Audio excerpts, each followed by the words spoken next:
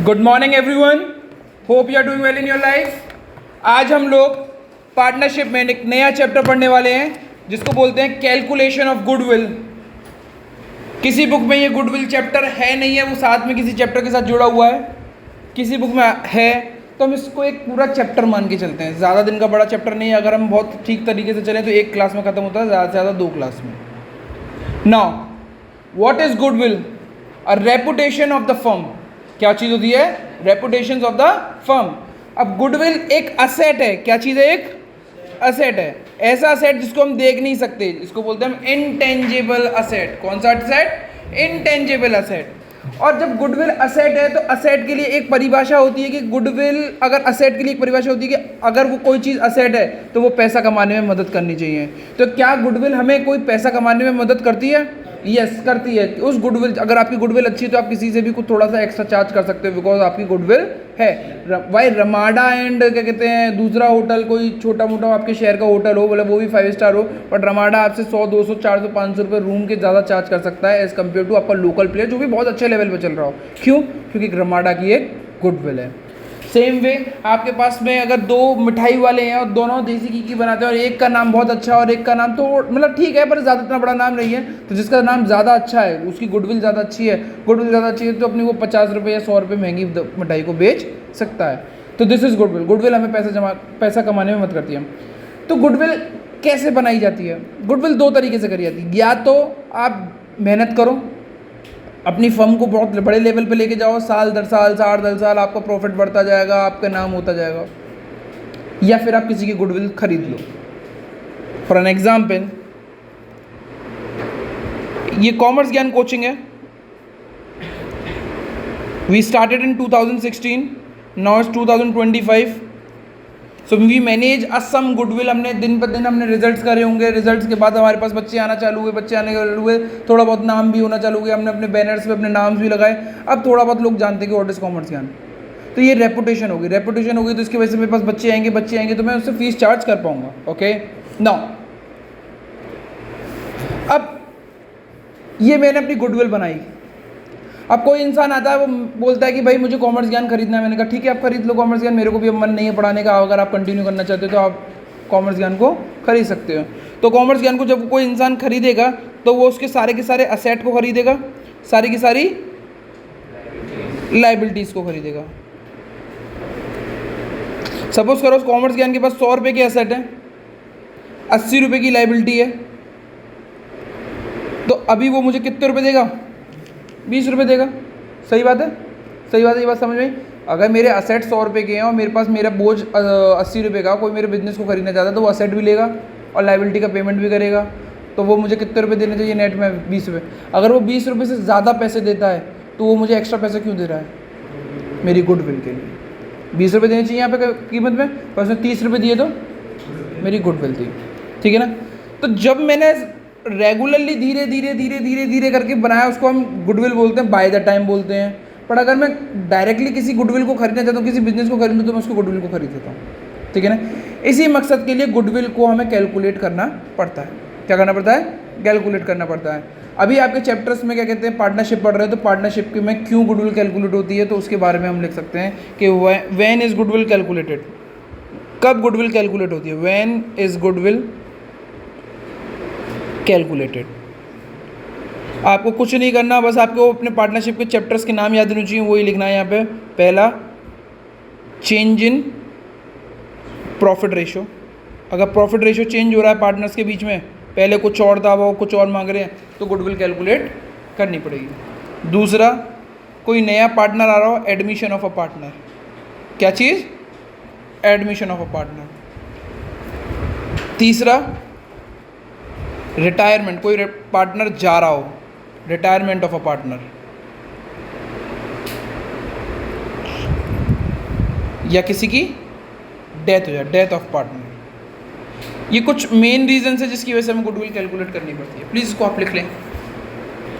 अब जब हमें पता लगे कि हमें गुडविल कैलकुलेट करनी है तो हमसे पूछेंगे गुडविल कैलकुलेट कैसे करते हैं? How goodwill is calculated. How goodwill is calculated.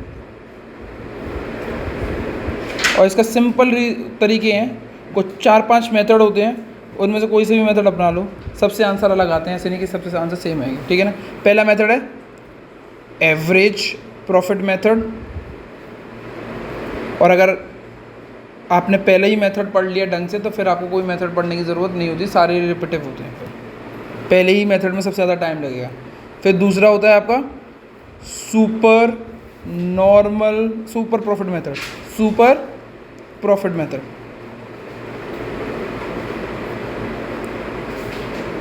तीसरा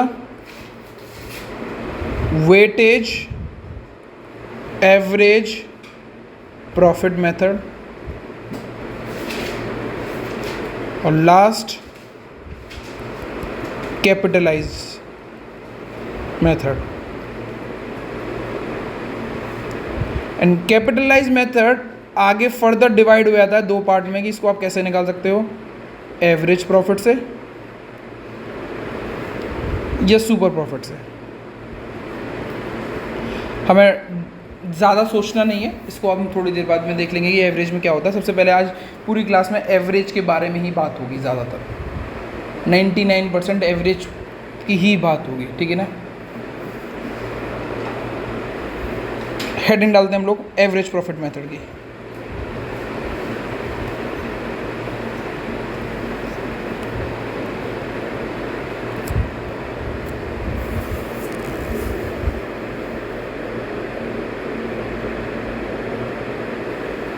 पढ़ें।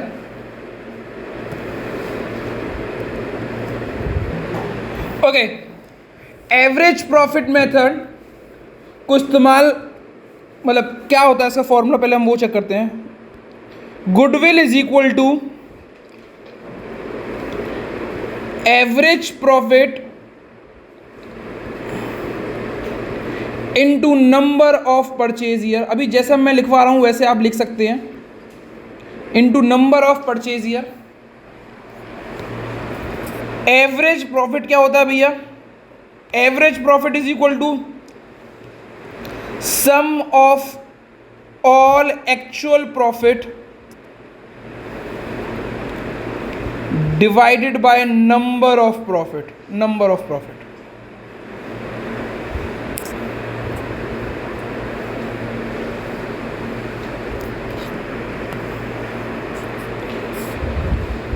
ठीक है, थोड़ा आगे बढ़ते हैं हम लोग और हम चेक करते हैं कि एवरेज प्रॉफिट, गुडविल को अगर निकालना है तो मुझे एवरेज प्रॉफिट को आना चाहिए into number of purchase year. ये नंबर ऑफ परचेज ईयर जो होता है ये आपको भली भांति बुक में गिवन होगा, हर क्वेश्चन में गिवन होगा, बुक में होगा। किस में गिवन होगा, बुक में। एवरेज प्रॉफिट को आपको निकालना होगा तो एवरेज प्रॉफिट का फॉर्मूला क्या हुआ, सम ऑफ एक्चुअल प्रॉफिट। ऐसा कोई वर्ड नहीं है एक्चुअल प्रॉफिट, एक्चुअल शब्द का कोई वर्ड नहीं है, आपकी बुक में भी देखोगे तो ऐसा कोई वर्ड नहीं है। आपका जो स्कूल का टीचर होगा वो अलग तरीके से पढ़ा रहा होगा, मैं हूँगा तो मैं अलग तरीके से बोलूँगा। मैं कभी पहले इसको नॉर्मल बोलता था, फिर मैं एक्चुअल बोला, फिर मैंने रियल नाम दे दिया, कुछ भी नाम दे सकते हैं इसको, ऐसा कोई बात नहीं है। इस तक पहुँचते कहते हैं वो मैं बता रहा हूँ। एक्चुअल प्रॉफिट में, एक्चुअल प्रॉफिट निकालने के लिए आपको जो प्रॉफिट दिया हुआ होता है, यानी जो प्रॉफिट गिवन होता है, प्रॉफिट उसमें से माइनस करना होता है एबनॉर्मल गेन। क्या माइनस करना होता है भैया, ये क्या चीज़ होती है एबनॉर्मल गेन, बताएंगे। फिर उसमें प्लस करना होता है एबनॉर्मल लॉस, ठीक है ना। इसके आगे टीचर्स पढ़ाते नहीं है पर मैं आगे पढ़ाने वाला हूं। इसके आगे होता है minus expenses, minus expenses plus income, plus income. अब जो आपके पेपर में ज़्यादातर आते हैं, जो बुक्स में जो चीज़ें आती हैं वो मैं यहाँ पे लिख के दिखा रहा हूँ। 2 मिनट देखिएगा प्लीज़, देखिएगा। एबनॉर्मल गेन क्या होता है, क्लास 11 में पढ़ना चाहिए था, अगर नहीं पढ़ा तो ध्यान नहीं होगा, टीचर ने पढ़ाया होगा आपको ध्यान नहीं रहा होगा। एबनॉर्मल गेन का मतलब होता है ऐसे मतलब प्रॉफिट आना मेरे पे जो मेरे हक के नहीं थे, मैं सोचता नहीं था, नॉर्मल कोर्स ऑफ बिजनेस में नहीं आते। जैसे अगर मैं सीमेंट का काम करता हूँ, मैं 10 रुपये की सीमेंट खरीदता हूँ, 12 रुपये की सीमेंट बेचता हूँ, तो 2 रुपये का प्रॉफिट हुआ, ठीक है ना। पर मुझे लॉटरी लग जाए तो एबनॉर्मल है ना, ये डेली डेली हो रहा है, बिजनेस का पार्ट है नहीं। तो इसी तरीके से ज़्यादातर ऐसे केसेस में आपके जो बुक्स में जो क्वेश्चन होंगे वो क्या क्या यूज़ होंगे मैं वो लिख के दिखा रहा हूँ। इंश्योरेंस क्लेम के नाम से आएगा कि एबनॉर्मल गेन की परिभाषा क्या होती है, इंश्योरेंस क्लेम दे रखा तो एबनॉर्मल गेन है। दूसरा lottery ticket, lottery ticket win कर जाना, जीत जाना, कोई गेम शो जीत जाना, ठीक है। फिर आता है अबनॉर्मल लॉस, ये थोड़ा सा बड़ा होता है। अबनॉर्मल लॉस क्या होता है, मैं 10 रुपये का सामान खरीदा और मैंने उसको 8 रुपये में बेचा, 2 रुपये का लॉस हुआ, तो ये मेरा अबनॉर्मल लॉस नहीं है, ये मेरा लॉस है, ये मेरा क्या है। बट अबनॉर्मल लॉस क्या होता है कि मैंने सामान 10 रुपये का खरीदा, मैं घर चला गया और दुकान बंद के जब मैं घर चला गया तो सुबह आके देखता हूँ कि सारा का सारा माल चोरी हो गया, तो ये कौन सा लॉस हुआ, अबनॉर्मल लॉस। तो लॉस बाय किस चीज़ से, फायर, थेफ्ट, ठीक है ना, loss by fire and theft, आग लग जाना या चोरी हो जाना। और भी बहुत सारे होते हैं, सुनामी आ जाना, अर्थक्वेक, ठीक है, ये सारे आपके एबनॉर्मल लॉसेज होते हैं। ये ज़्यादातर क्वेश्चन में इसी तरीके से दे रखा होगा आपको, ठीक है ना। एबनॉर्मल लॉस आपको बोला नहीं जाएगा ये एबनॉर्मल लॉस है, यू हैव टू आइडेंटिफाई कि एबनॉर्मल लॉस है या नहीं है। व्हाट इज एक्सपेंस, एक्सपेंस जो आपके प्रॉफिट को गिराते हैं उसको एक्सपेंस बोलते हैं। बहुत सारे एक्सपेंस होते हैं, इधर लिखूंगा तो पूरी टाइम लग जाएगा, बट मोटा जो एक्सपेंस आपको यूज़ करवाने के लिए बोलेगा इस वाले क्वेश्चन पे वो मैं बता देता हूँ। डेप्रीसिएशन, जैसे डेप्रीसिएशन की बात करेगा, salary of a partner, salary का दूसरा नाम आपको रेम्यूनरेशन के नाम से होगा। किसके नाम से बोला जाएगा, रेम्यूनरेशन, ठीक है ना। चाहो तो लिख सकते हैं सैलरी का दूसरा नाम रेम्यूनरेशन। कोई भी रिपेयर, किसी भी चीज़ का रिपेयर हुआ, इससे ज़्यादा एक्सपेंसेस होते हैं। एक्सपेंस तो तुम जानते होगे ना, P&L अप्रोप्रिएट, वो P&L अकाउंट में हमने क्लास 11 में कितने सारे होते थे, बट मैं मोटे मोटे एक्सपेंस लिखवा रहा हूँ जो आएंगे क्वेश्चंस के अंदर। डेप्रीशिएशन, सैलरी, रिपेयर, रेम्यूनरेशन, और हम पढ़ सकते हैं कोई भी फीस हो, जैसे ऑडिट फीस, ऐसे वर्ड्स यूज होते रहेंगे। और भाई इनकम के बारे में तो बस ये बोला जाता है कि इनकम कैसे बोला, सेल से इनकम आती है मोस्टली हमारी, तो उसमें हमें ज़्यादा रखना नहीं है, हमें इन 3 चीज़ों पे ही ध्यान देना है। कौन कौन सी चीज़ें हैं वो, abnormal gain, abnormal loss, expense. Abnormal gain को हम माइनस करते हैं, एबनॉर्मल लॉस को हम प्लस करते हैं, एक्सपेंस को माइनस करते हैं और इनकम को प्लस करते हैं। फिर हम फॉर्मूला लगाते हैं सम ऑफ ऑल एक्चुअल प्रॉफिट, जितने भी प्रॉफिट होते हैं उन सबको प्लस करते हैं, divided by number of profit. बस इतना सा था, प्लीज अब इसको उतार लें।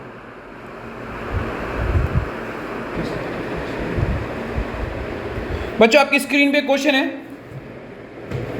Calculate goodwill by average profit method. आपको 4 तरीके के 4 ईयर्स के प्रॉफिट दे रखे हैं, 19, 20, 21, 22, जिसमें 30,000 का प्रॉफिट है, 40,000 का प्रॉफिट है और ब्रैकेट में 10,000 है। इस बार मैंने लॉस लिख दिया, अगली बार मैं लॉस नहीं लिखूंगा। ब्रैकेट का मतलब सिग्निफाई करता है कि वो लॉस है, और 30,000 हमारा एक और प्रॉफिट है। फिर हमें एडजस्टमेंट दे रखी है कि भाई नंबर ऑफ परचेज ईयर कितनी की होती है, 3, जो मैंने आपको बोला था कि बुक में मिलेगी आपको। सेकेंड एडजस्टमेंट दे रखी है कि 2019, यानी ये 2019 से रिलेटेड बात है। किससे बात है, ये 2019 से रिलेटेड बात है और किसी से रिलेटेड बात नहीं है। कि salary of 3,000 was not given. Salary एक एक्सपेंस है या अबनॉर्मल गेन है या अबनॉर्मल लॉस है?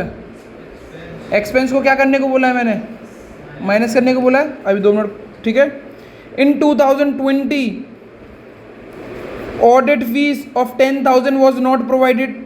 10,000 रुपये की ऑडिट फीस नहीं दी थी। ऑडिट फीस एक एक्सपेंस है या इनकम है? इसको भी हम क्या करना चाहिए, माइनस। जिस ईयर का बोला है उसी ईयर से करेंगे हम। 2021 में 10,000 का लॉस है, चलो कोई बात नहीं। In 2021 there was a loss by fire. Loss by fire की वजह से मुझे कोई नुकसान हुआ था, कितना है वो? तो ये अबनॉर्मल गेन है, लॉस है, एक्सपेंस है, इनकम है? Abnormal loss. In 2020 depreciation of ₹3,000 was not charge. Depreciation is an expense. अब इसको करेंगे कैसे, प्लीज स्क्रीन पे देखें। प्रॉफिट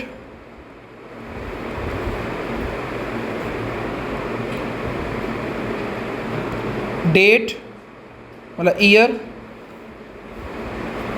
प्रॉफिट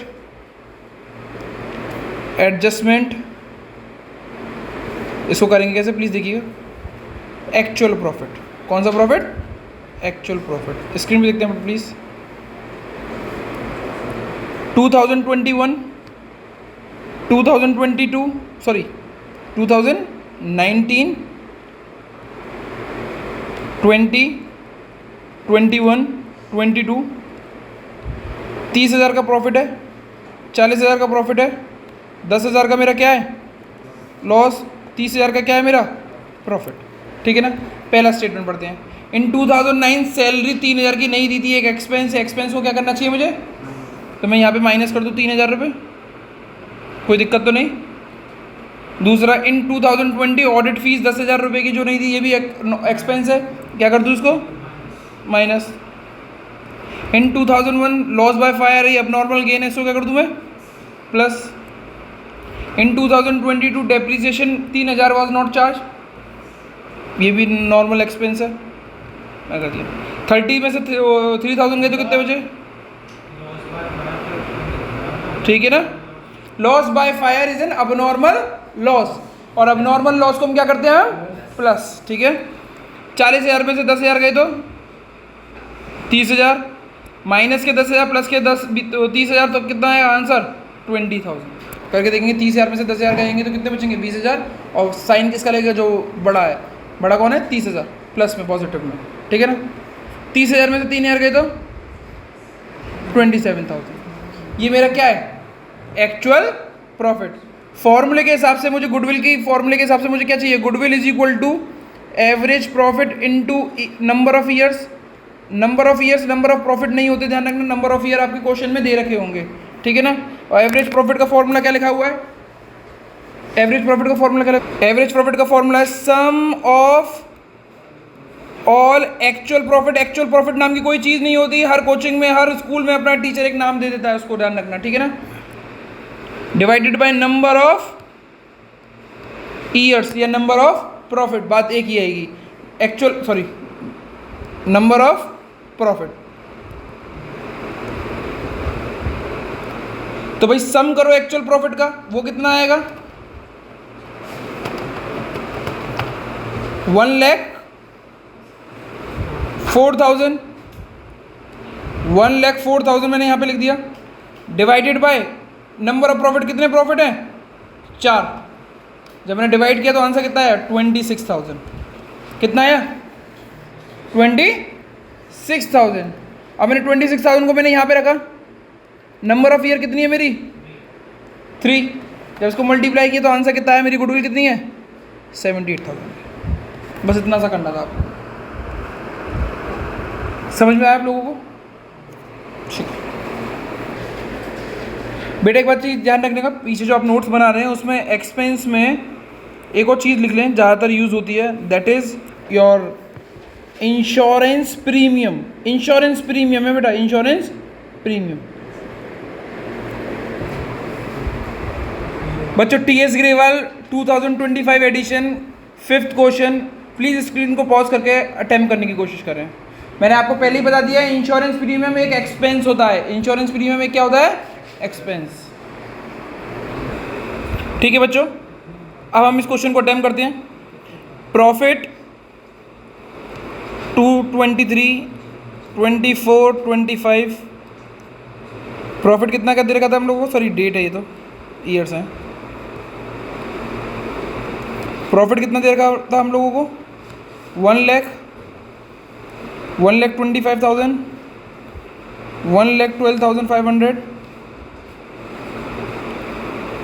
एडजस्टमेंट देख लेते हैं। क्या भैया एडजस्टमेंट को एडजस्टमेंट लिखना ज़रूरी है? नहीं, ये वर्किंग नोट है, आप जैसे भी बनाना चाहें बना सकते हैं, बट शो जरूर करिएगा। ठीक है। अब नॉर्मल गेन माइनस 12,500, अब नॉर्मल लॉस प्लस होता है 25,000, इंश्योरेंस प्रीमियम एक एक्सपेंस होता है minus 12,500, you will get what actual profit, जो कि कितना कितना आया था बेटा 87,500, 1,50,000, 1 लाख। और एक्चुअल प्रॉफिट का टोटल कितना है बेटा? 3,37,500। कितना इजी है question? Average profit is equal to 3,37,500 divided by कितनी ईयर्स हैं? 1 2 3, कितने प्रॉफिट हैं? 3। कितना? 1,12,500। Goodwill is equal to AP into number of years. 1,12,500 into 2, the answer is 2,25,000। Easy था? इजी था? चलो, कुछ बातों को थोड़ा बहुत ज़्यादा लेम होके बहुत सरल तरीके से हम समझते हैं कि गलतियाँ क्या होती हैं, गलतियाँ होने से हमें क्या दिक्कत आती है। ठीक है, स्क्रीन पे कॉन्सेप्ट समझते हैं हम असेट परचेज का। हेडिंग डाली मैंने असेट परचेज। स्कूल्स में ये क्वेश्चंस में कराए जाते हैं, मैं इसको एक पूरे टॉपिक के तरीके से पढ़ाता हूँ। ठीक है ना? असेट परचेज क्या गलती होती है इसकी सबसे? मैं नॉर्मल एक तरीका आपको क्लास 11th याद कराना चाहता हूँ। ठीक है ना? थोड़ा समझते हैं इस चीज़ को कि ग्रॉस प्रॉफिट मेरा 1 लाख रुपए का दे रखा है। डन। मैंने कोई कंप्यूटर खरीदा 20,000 रुपये का। डन। और मैंने बोला नीचे एक एडजस्टमेंट में कि depreciation is 10% on fixed asset. On fixed asset. और आपसे बोला कि भाई मुझे केवल ये चीज़ें कहाँ जाएंगी उसको बताना। तो मैंने कहा बहुत ईजी है भैया। मैंने एकदम हमने यहाँ पे ऐसे बनाया, ये P&L लिखा मैंने यहाँ पे, बाय ग्रॉस प्रॉफिट किया, हाँ या ना? बाय ग्रॉस प्रॉफिट किया। सोचना समझना तब आंसर आएगा ढंग से। कितने रुपए का हो गया? कंप्यूटर को कहाँ दिखाऊं, P&L में या बैलेंस शीट में? बच्चों को पता है कि कंप्यूटर एक फिक्स एसेट है। फिक्स एसेट को हम कहाँ दिखाते हैं? बैलेंस शीट में। मैंने कहा चलो बैलेंस शीट में दिखा देते हैं, कोई दिक्कत नहीं। ठीक है ना? कंप्यूटर लिखा मैंने, कितने रुपए का? 20,000 रुपये का। अब डेप्रीसिएशन आएगा 10%, तो माइनस डेप्रीसिएशन 10% कितना हुआ? 2,000 रुपये का। और 2 डेप्रीसिएशन यहाँ पे आ जाएगा 2,000 रुपये का। याद है या नहीं है? क्लास 11 में ऐसे पढ़ाते थे।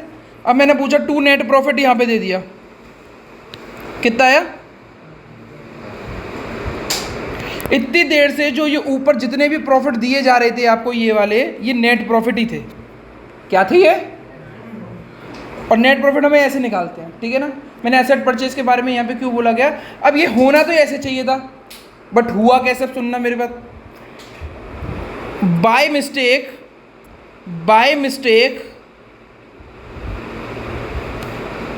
Computer was debited in P&L account by repair। अब इस पूरी कंडीशन में क्या गलती हुई होगी किसी को? कुछ अब समझाता हूँ कि भाई किसी इंसान ने P&L बनाने को दिया, कोई अकाउंटेंट को नहीं दिया था, कोई अच्छा बच्चा नहीं था जिसको बनाने को दिया, उसने गलतियाँ क्या करी, उस गलतियों को देखते हैं हम लोग। हमने यहाँ पे P&L लिखा,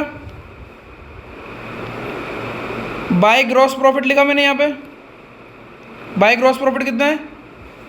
1 लाख। ठीक है? मैंने असेट बनाया यहाँ पे। असेट में मैं कंप्यूटर लिखता मैं यहाँ पे, पर मैंने कंप्यूटर लिखना भूल गया। ये लाइन को पढ़ो। बाय मिस्टेक क्या हुआ? कंप्यूटर को आपने डेबिट कर दिया। कौन से अकाउंट में? P&L में। तो मैंने कहाँ लिख दिया कंप्यूटर को? 2 कंप्यूटर लिख दिया मैंने यहाँ पे, हाँ या ना? कितने रुपए से? ये बात समझ में आई नहीं, गलती समझ में आई नहीं आई। हमें लिखना कहाँ था यहाँ पे, पर लिख कर नहीं यहाँ पे। तुमसे भी होती थी क्लास 11 में कभी कभी कंप्यूटर जैसी चीज को आप भूल जाते थे जल्दबाजी में, आप यहाँ पे लिख देते थे। गलती तो गलती हो गई ना। अब मैंने यहाँ पे ऊपर क्या लिखा था, डेप्रीसिएशन इज 10% ऑन, और मैं असेट की तरफ देख रहा हूँ, असेट की तरफ खाली है या नहीं है। जब खाली है तो आपने कोई फिक्स असेट पे डेप्रीसिएशन लगाया नहीं होगा। और आपने तुरंत आंख बंद करके यहाँ पे क्या लिख दिया कि टू नेट प्रॉफिट 80,000 है। टू नेट प्रॉफिट 80,000 है, बल्कि नेट प्रॉफिट कितना होना चाहिए था,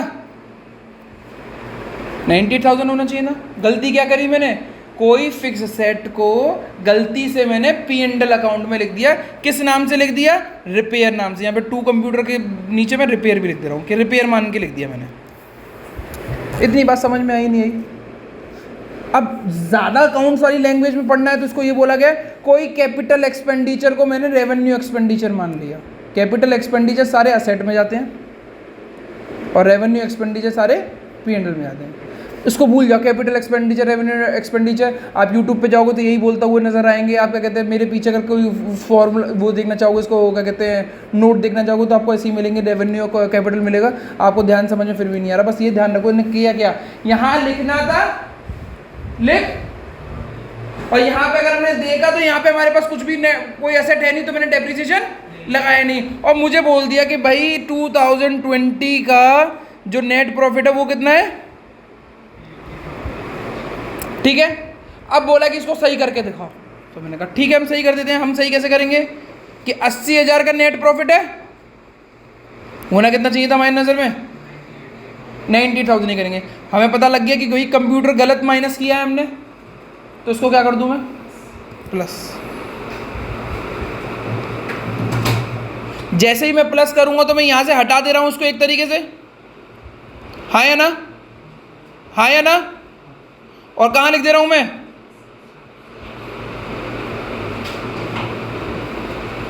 हाँ या ना। और जैसे ही मैंने एसेट में लिखा हुआ तो कौन, एक और चीज क्या कहते हैं एकदम वेकअप हो चुकी है, वो क्या हो चुका है, डेप्रिसिएशन फिक्स एसेट पे कितना था। अब मैंने इस साइड देखा तो भैया कंप्यूटर दिखाई दे रहा है, तो मुझे डेप्रिसिएशन लगाना पड़ेगा। कितना डेप्रिसिएशन लगाना पड़ेगा, तो कितना आंसर हो गया ये, कुछ भी मुझे कोई नहीं, पर डेप्रिसिएशन को मुझे यहाँ पे शो करना होगा, नहीं होगा, कितने रुपए से। तो यानी हम इस इधर डेप्रिसिएशन को क्या कर रहे हैं, अब कितना आंसर आया, 98,000। अब ये करना कैसे है, इसको समझना कैसे है, इसको एक नोट में लिखवा रहे हैं। If in the question any fixed asset has been debited in the P&L account by any name, then you can find actual profit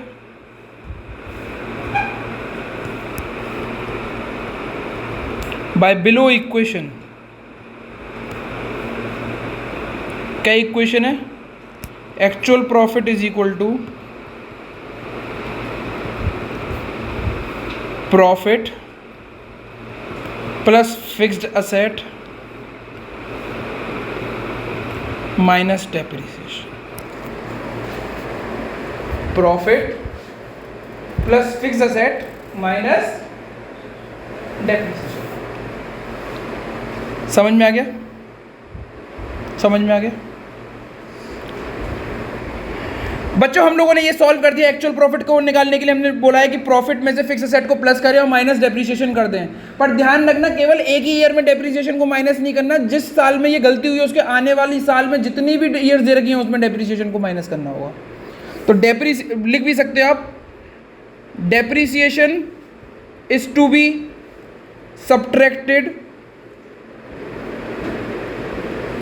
subtracted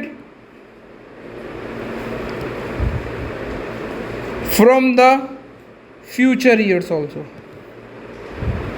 जो आने वाली साल है उनमें भी हम उसको माइनस करेंगे, जो आने वाली साल है हम उसमें भी उसको माइनस माइनस करेंगे।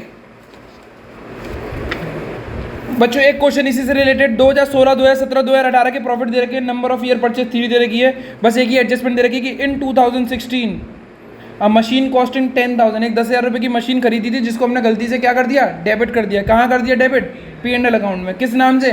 ट्रैवलिंग एक्सपेंस से। नीचे 10% SLM का डेप्रिसिएशन दे रखा है। अब आपको इस्तेमाल करना है कि आप यूज़ कर पाओगे नहीं कर पाओगे, आप आंसर निकाल पाओगे नहीं कर पाओगे। चलो बच्चों हम लोग यार क्वेश्चन करके देखते हैं। 2016 में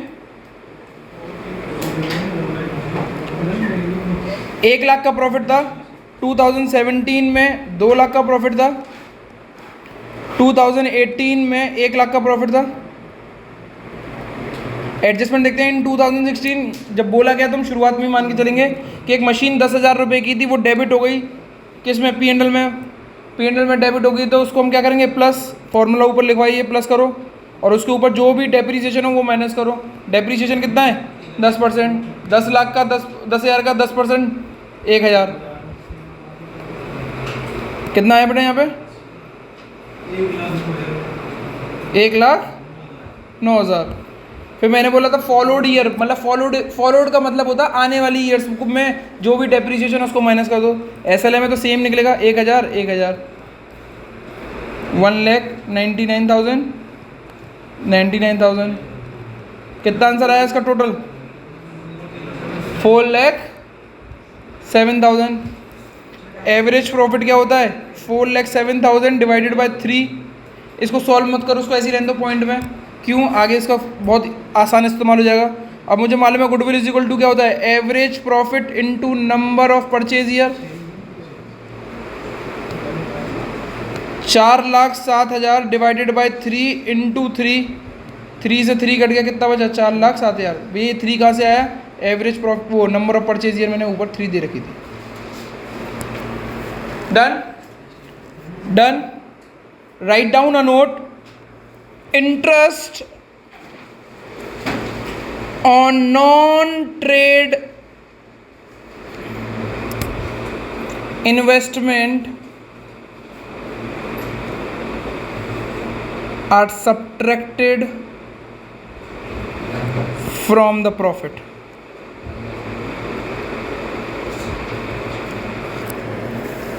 इंटरेस्ट कोई रिसीव करी इसको एबनॉर्मल गेन की तरह ट्रीट करते हैं। किसकी तरह करते हैं? नॉन ट्रेड पे कोई इंटरेस्ट मिली हो तो उसको किसकी तरह ट्रीट करेंगे? Abnormal gain. अबनॉर्मल चीज को क्या करते हैं हम लोग? माइनस करते हैं। ठीक है, चलो अब हम चेक करते हैं नेक्स्ट क्वेश्चन को। बेटा question number 6, new book Abhay, Babu and Charu. ये क्वेश्चन को आप अटेम्प्ट करके देखें। बच्चों ये वाला क्वेश्चन को देखते हैं हम लोग। 2021, अच्छा ये 2021 का बच्चों मतलब है 31 मार्च 2021, 31 मार्च 2021, 31 मार्च 2024,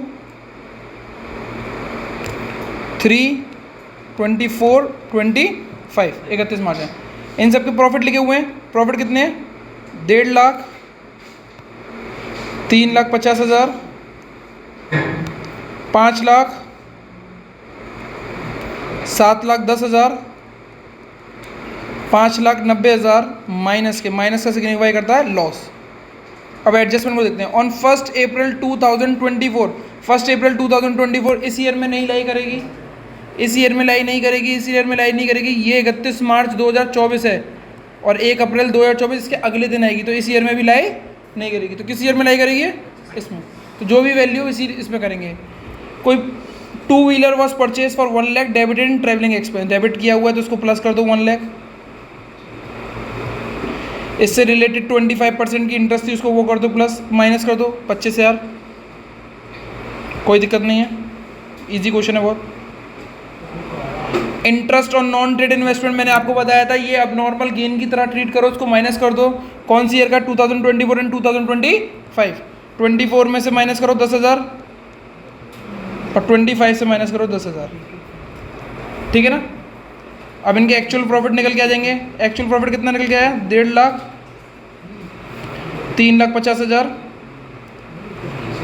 5 lakh, 7 lakh,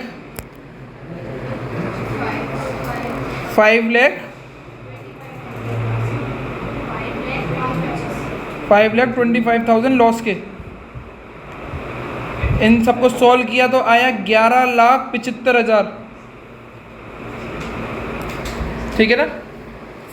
average profit is equal to 11,75,000 divided by 5। ठीक है ना। Goodwill is equal to average profit into number of purchase year. 11,75,000 divided by 5 into 4, answer solve करोगे तो 9,40,000। 4 क्यों, नंबर ऑफ परचेज ईयर कितनी दे रखी है, 4। ये बहुत इजी टॉपिक था जिसको हमने समझ चुके हैं हम। ठीक है।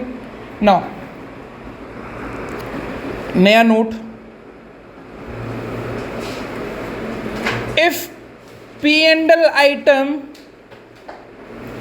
is considered as asset, then actual profit will be find out by below equation। कौन सी इक्वेशन, जो नीचे लिखवा रखी है, जस्ट उसका उल्टा कर देंगे जो ऊपर किया हुआ है। Actual profit is equal to जो भी प्रॉफिट दिया हुआ है, profit minus asset plus depreciation. Depreciation will be added in the followed year also. Followed मतलब फ्यूचर ईयर्स में से भी प्लस कर देंगे। समझ में आया। इस तरह के क्वेश्चन, 1-2 क्वेश्चन डी के गोयल में मिल जाएंगे, संदीप गर्ग में मिल जाएंगे, या आपके स्कूल टेस्ट में मिल जाएंगे ऐसे क्वेश्चन। समझ में आया, समझ में आ गया, समझ में आ गया बेटा। चलो कुछ चीज़ें और समझने वाली बातें, नोट लिखने की बातें।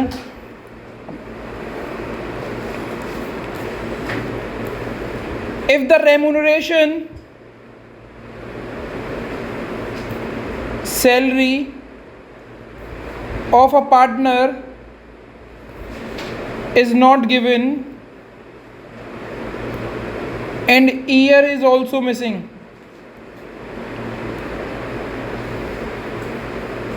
then subtract salary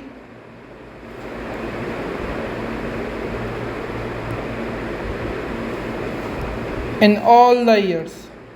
सारे ईयर्स में क्या करोगे, माइनस करोगे।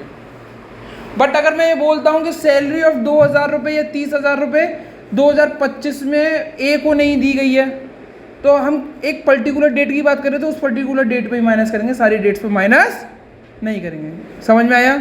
सैलरी दे रखी है, डेट नहीं दे रखी, सब में से माइनस कर दो। सैलरी दे रखी है, डेट दे रखी है, तो उस पर्टिकुलर डेट से माइनस करोगे। समझ में आ गया, समझ में आ गया। क्या चीज़, subtract salary, salary of partner is not given an year is also missing, then subtract salary in all the year. सारे ईयर्स में से माइनस कर देंगे हम लोग। लास्ट जैसे जैसे क्वेश्चंस आते जाएंगे वैसे वैसे चीज़ों को हम इम्प्रोवाइज करते जाएंगे। अभी कल हम आपको over valuation and under valuation of stocks के बारे में बताएंगे। Now before we move on, एक और चीज़ लिख लो,